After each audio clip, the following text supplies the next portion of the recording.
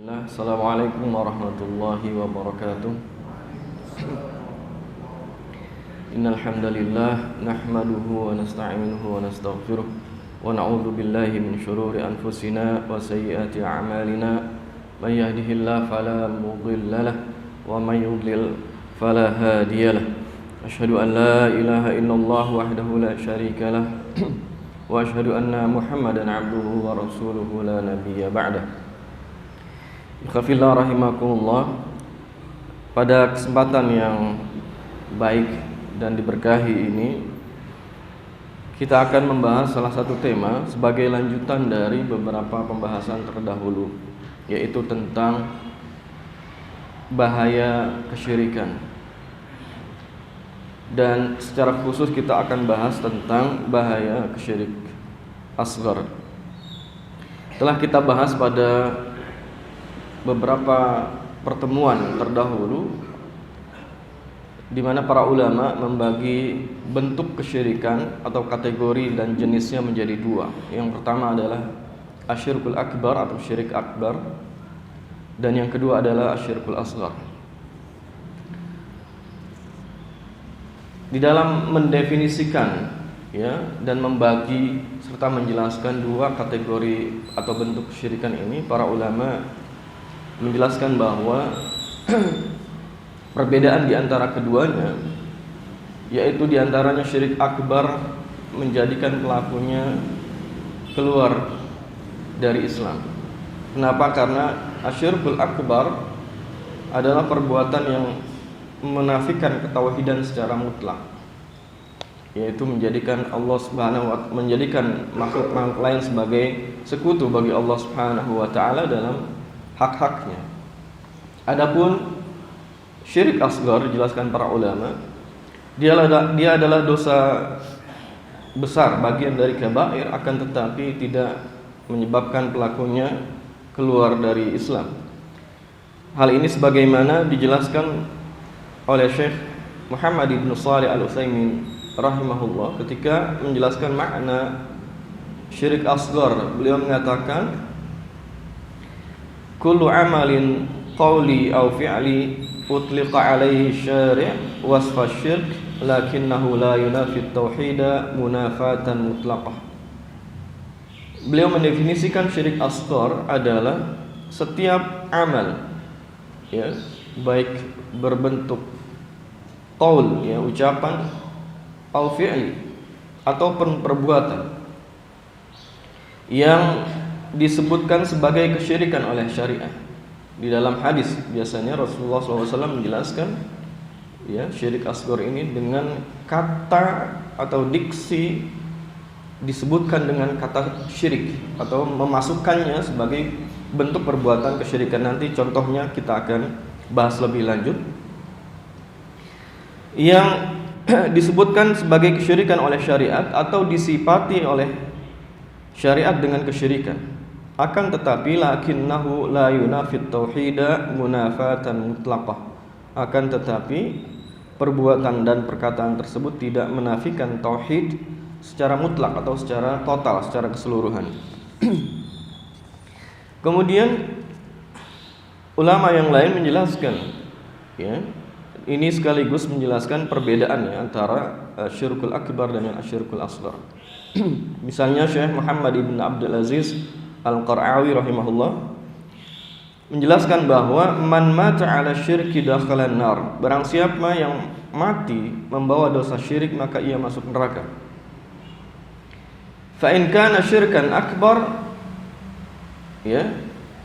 apabila perbuatan itu termasuk kategori syirik akbar atau berupa syirik akbar, khulida fiha, maka dia kekal di neraka. Jadi syirik akbar itu selain mengeluarkan seorang dari Islam karena dia adalah bentuk riddah, kemurtadan, dan di akhirat dia akan kekal di neraka. Nah, ini para ulama menjelaskan ini ketentuan bagi mereka yang mati meninggal dunia belum bertobat dari kesyirikan. Ini berbahayanya dosa syirik. Orang yang demikian maka akan kekal di neraka. Wa in kana syirkan asghar udhiba ma syaa Allahu lahu ay yu'adziba thumma yukhraj.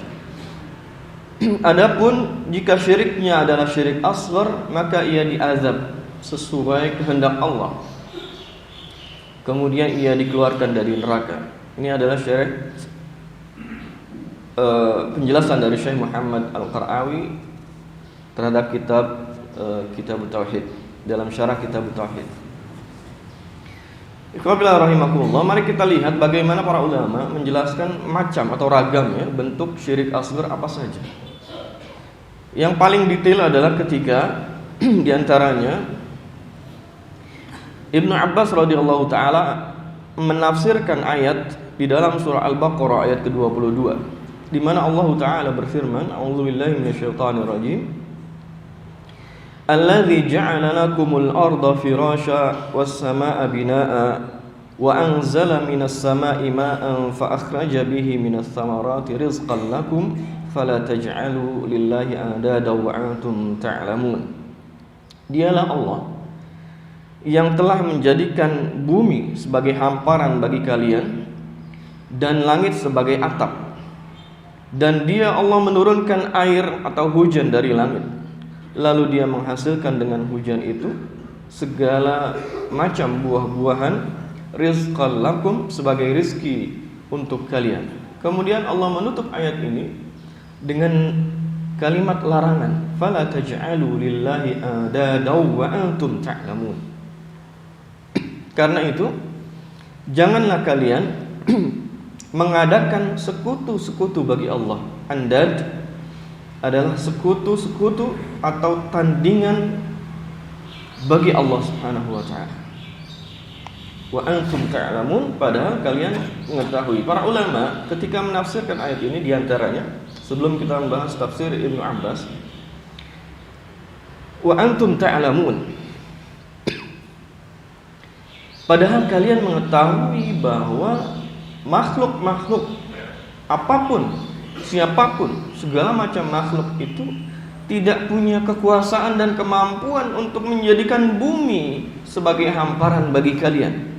Mereka apapun dan siapapun itu tidak punya kemampuan untuk menjadikan langit sebagai atap bagi kalian, dan tidak memiliki kemampuan, kekuasaan sedikit pun untuk menurunkan hujan dari langit dan menumbuhkan tanam-tanaman atau buah-buahan bagi kalian.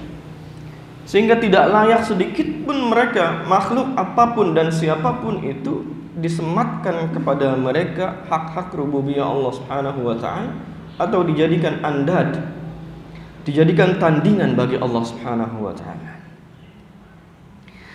Adapun Ibnu Abbas radhiyallahu taala, ini tafsir Ibnu Abbas dikutip oleh banyak para ulama yang membahas tentang syirik asghar, ya. Ragam bentuk asyirkul asghar. Beliau mengatakan, menafsirkan firman Allah taala dalam surah Al-Baqarah ayat yang tadi kita bacakan, ayat ke-22, fala taj'alu lillahi andada, janganlah kalian menjadikan andad bagi Allah, menjadikan sekutu atau tandingan bagi Allah Subhanahu wa taala.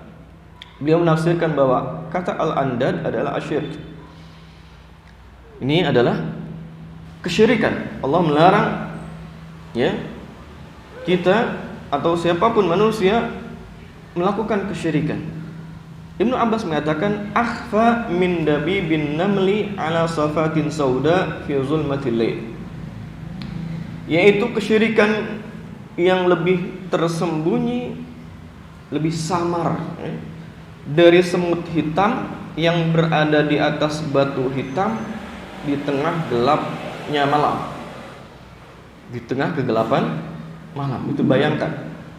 Karena itu para ulama menjelaskan bahwa syirik asghar ini syirik yang betul-betul samar. Banyak orang yang tidak menyadarinya, begitu ya. Banyak manusia yang tidak menyadarinya karena kesamarannya itu. Sampai Ibnu Abbas memberi perumpamaan seperti semut hitam berada di atas batu hitam, nggak akan tampak, sulit melihatnya itu. dan di dalam kegelapan malam. Kemudian beliau menjelaskan wa huwa ayyaqul, di antaranya adalah seseorang mengatakan wallahi wa hayatika ya fulan wa hayati.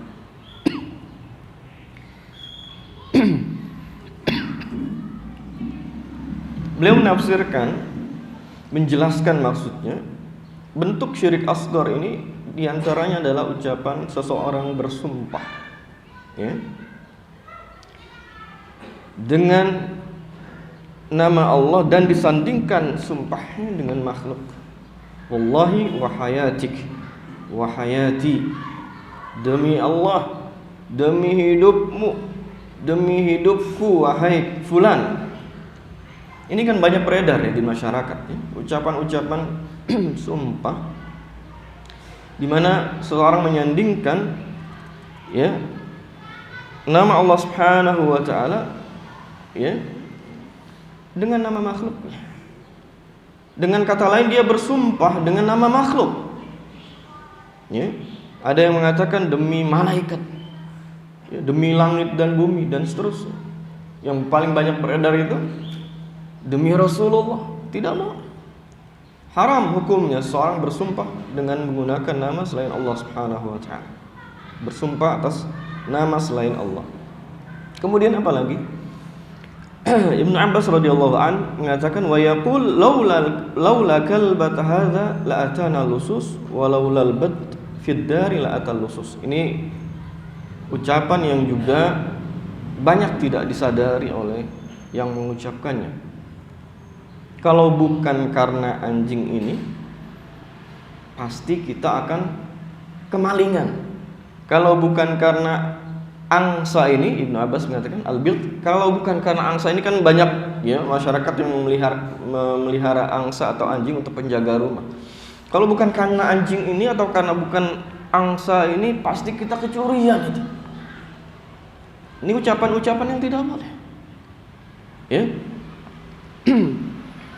Kemudian ucapan-ucapan yang beredar di masyarakat tapi haram, ya. Penting untuk diketahui ini, haramnya ucapan seperti ini. Kemudian wa qaulur rajul li sahibihi masya Allah wa syi'ta. Kemudian ucapan seseorang atas kehendak atau kuasa Allah dan kuasamu, masya Allah wa syi'ta. Nanti ada penjelasan para ulama bahwa kata waw atau atmof di sini bermakna menyamakan makhluk dengan Allah.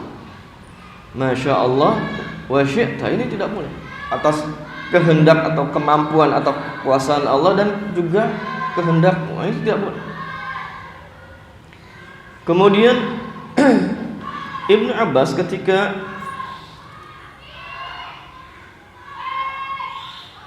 atau yang berikutnya, ya, atau ucapan kalau bukan karena Allah dan fulan, atau kalau bukan karena Allah dan orang itu atau siapa yang disebutkan oleh seseorang, ini juga termasuk semisal dari ragam bentuk syirik asghar. Kemudian beliau radhiyallahu an, Ibnu Abbas menjelaskan fala la taj'al fiha fulan, hadza kulluhu bisyirk, bahwa semua ini adalah bentuk syirik. Maksudnya adalah syirik asghar. Kenapa ucapan-ucapan tadi dimasukkan oleh Ibnu Abbas sebagai ke dalam kategori kesyirikan?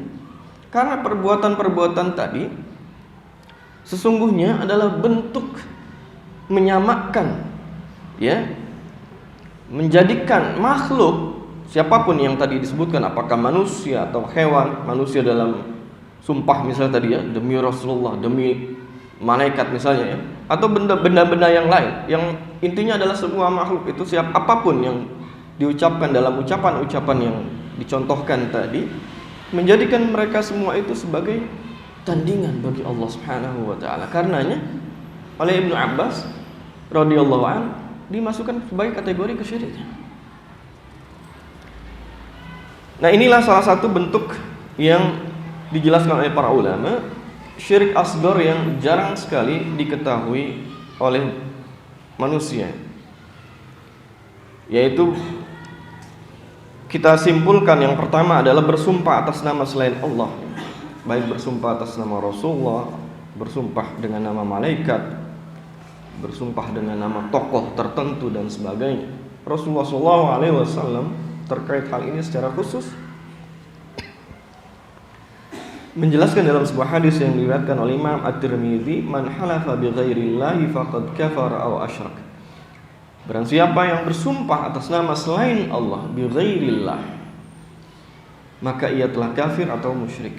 Makanya ketika Syekh Muhammad bin Shalih Al-Utsaimin rahimahullah menjelaskan makna syirik asghar tadi,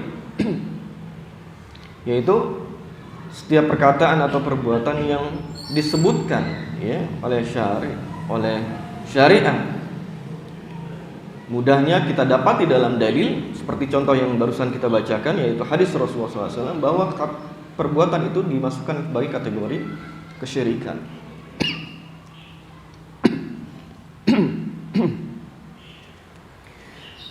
Kemudian yang kedua, ini kita simpulkan dari contoh yang ditafsirkan oleh Ibnu Abbas radhiyallahu an, adalah syirik dalam ucapan Masya Allah wa syi'ta, demi hidupmu dan hidupku dan seterusnya, atas kehendak Allah dan kehendakmu dan seterusnya.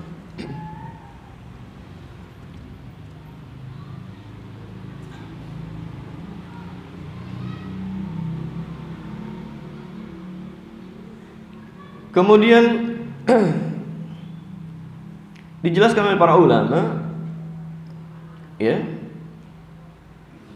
bahwa Rasulullah SAW mengajarkan kita meluruskan dari kesalahan-kesalahan yang ini sudah banyak terjadi.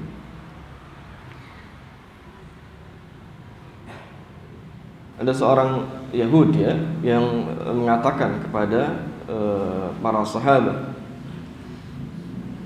"Wa innakum tusyrikun taquluna ma syaa Allah wa syi'ta." Sungguh kalian telah berbuat kesyirikan dan kalian mengatakan Masya Allah wa syi'ta, atas kehendak Allah dan kehendakmu. Kemudian kalian juga mengatakan dalam sumpah kalian wal Ka'bah, demi Ka'bah. Ketika orang Yahudi ini di dalam kitab Tauhid, hadis ini juga dicantumkan sebagai salah satu bentuk penjelasan kategori syirik asghar. Kemudian Rasulullah SAW ketika mendengar orang Yahudi tadi mengatakan apa yang sesungguhnya menjadi keimanan kita, bahwa bentuk-bentuk yang tadi dicontohkan itu adalah bagian dari kesyirikan. Kemudian Rasulullah SAW meluruskan dan memerintahkan para sahabat dengan mengatakan, "Idza aradu an yahlifu an yaqul wa rabbil Ka'bah." Jika kalian Rasulullah SAW kemudian memerintahkan agar apabila mereka bersumpah ucapkanlah demi Rabb Ka'bah, bukan demi Ka'bah tetapi demi Rabb Ka'bah, yaitu demi Allah. Kalau seorang mengatakan wal Ka'bah atau demi Ka'bah, ini tidak boleh, diharamkan, termasuk kategori syirik. Yang kemudian Rasulullah SAW meluruskannya dengan wa Rabbil Ka'bah, demi Rabb Ka'bah, yaitu demi Allah pemilik Ka'bah ini. Kemudian kalimat Masya Allah wa syi'ta, atas kehendak Allah dan kehendakmu, atas kesanggupan, kekuasaan Allah dan kesanggupanmu juga. Yang ini banyak juga beredar di masyarakat. Rasulullah luruskan dengan Masya Allah thumma syi'ta. Kemudian yang ketiga, yang terakhir di antara bentuk syirik asghar, dan ini banyak dibahas dalam majelis ilmu yaitu syirik pada niat dan al-qasdu, maksud atau orientasi dalam beribadah. Inilah yang sering dijelaskan oleh para ulama sebagai asyirkul khafi, salah satu bentuk syirik khafi. Termasuk di dalamnya bentuk syirik khafi yang sangat halus dan sulit untuk dideteksi. Kenapa? Karena dia terkait dengan amal qalb, amal hati. Amal hati. Terkait ini Rasulullah SAW diriwayatkan dari beliau oleh Mahmud bin Labid. bahwa beliau bersabda, "Inna akhwafa ma akhafu 'alaikum asyirkul asghar."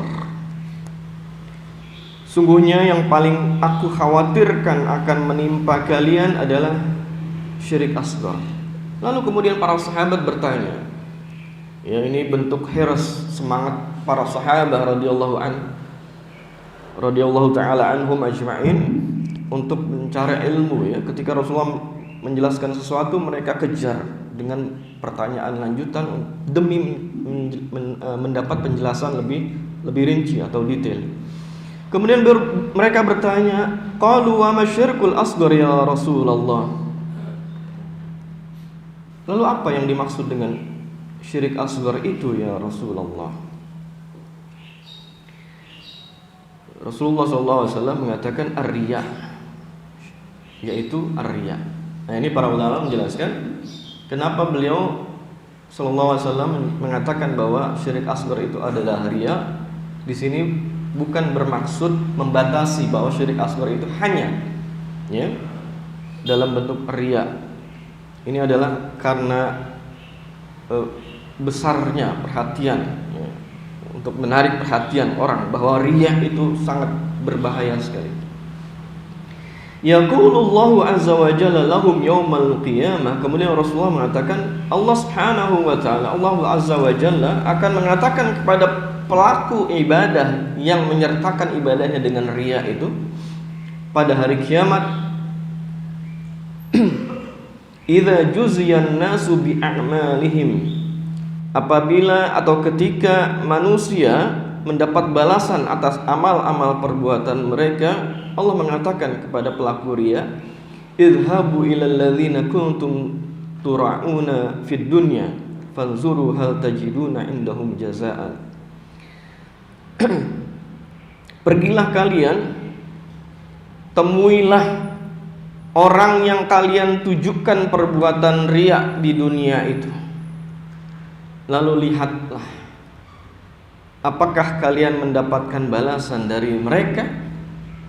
Ini bentuk siksaan, ya, tersendiri bagi para pelaku riya.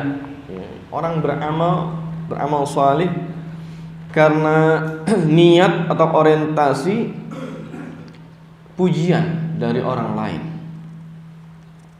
Ini berbahaya sekali. Karena itu Rasulullah mengatakan ini adalah syirik khafi, ya. Para ulama menjelaskan ini adalah syirik khafi, syirik yang sangat tersembunyi. Kenapa? Karena banyak orang yang tidak tersadar terjatuh pada syirik asghar berupa riya. Begitu juga dengan sum'ah, ya. Karena itu penting bagi kita di dalam beramal soleh untuk meluruskan niat. Ya, kalimat ini sederhana sekali. Luruskan niat, ikhlaskan lillah. Seluruh amal atau segala bentuk amal saleh kita hanya kepada Allah Subhanahu wa taala. Jangan menyimpang dari kelurusan niat itu. Jangan kita cemari dan akan meruntuhkan amal saleh yang disusupi oleh niat menginginkan pujian dari orang lain atau menginginkan kemasyhuran, ya, yang disebut oleh para ulama sebagai riya atau sum'ah, ingin dilihat atau ingin didengar, ya.